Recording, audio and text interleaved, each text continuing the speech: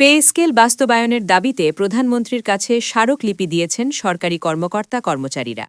দ্রুত নবম জাতীয় পে স্কেল ঘোষণা ও গেজেট প্রকাশের আহ্বান জানিয়ে বাংলাদেশ সরকারি কর্মকর্তা-কর্মচারী কল্যাণ সমিতি কেন্দ্রীয় আহ্বায়ক কমিটি প্রধানমন্ত্রীর কার্যালয়ে স্মারকলিপি জমা দিয়েছে। সোমবার ২ মার্চ সংগঠনটির আহ্বায়ক আব্দুল মালেক ও সদস্য সচিব আশিকুল ইসলামের নেতৃত্বে ৮ সদস্যের একটি প্রতিনিধি দল এই স্মারকলিপি দেন।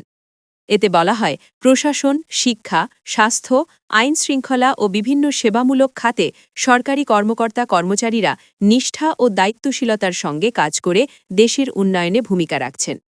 তবে ২০১৫ সালে অষ্টম জাতীয় বেতন কাঠামো ঘোষণার পর দীর্ঘ সময় পার হলেও এখনও নবম পে স্কেল ঘোষণা হয়নি।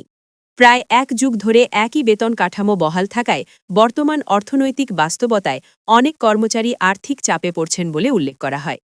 নবম পে স্কেল বাস্তবায়নের পক্ষে তারা ৫টি যুক্তি তুলে ধরেন। প্রথমত, সাধারণত ৫ বছর পরপর নতুন পে স্কেল ঘোষণার প্রচলন থাকলেও এবার দীর্ঘ সময় ধরে তা হয়নি, ফলে অনেকের মতে সরকারি চাকরিজীবীদের প্রত্যাশা পূরণ হয়নি। দ্বিতীয়ত, গত কয়েক বছরে খাদ্যপণ্য, বাসা ভাড়া, পরিবহন, শিক্ষা ও চিকিৎসা খাতে ব্যয় অনেক বেড়েছে, কিন্তু সেই অনুপাতে বেতন কাঠামো পরিবর্তন হয়নি। তৃতীয়ত, বর্তমান বেতন বাস্তব ব্যয়ের সঙ্গে সামঞ্জস্যপূর্ণ না হওয়ায় সরকারি চাকরির আকর্ষণ কিছুটা কমে যাওয়ার আশঙ্কা তৈরি হয়েছে এবং কর্মচারীদের মনোবলেও প্রভাব পড়ছে। চতুর্থত, ন্যায্য বেতন নিশ্চিত করা গেলে কর্মকর্তা-কর্মচারীদের কর্মস্পৃহা ও দায়িত্ববোধ বাড়বে, যা প্রশাসনিক কার্যকারিতা বৃদ্ধিতে সহায়ক হবে। পঞ্চমত, সরকারি কর্মকর্তা-কর্মচারীদের জীবনমান উন্নত হলে তা সামগ্রিকভাবে রাষ্ট্রীয় সেবার মান ও দেশের উন্নয়নে ইতিবাচক ভূমিকা রাখবে।